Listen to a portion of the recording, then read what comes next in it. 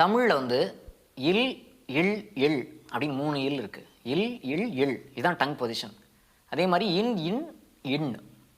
இந்த நாக்கோட பொசிஷன்லாம் கரெக்டாக சொல்லி உச்சரிப்பை அழகாக சொல்லிட்டோம்னா தமிழோட மொழியோட இனிமை வந்து நம்ம ஃபீல் பண்ண ஆரம்பிச்சிருவோம். இதெல்லாம் ப்ராக்டிஸ் பண்ணுறதுக்குன்னே எழுதின மாதிரி கவிஞர் மேத்தா ஒரு சரணம் எழுதியிருக்காரு.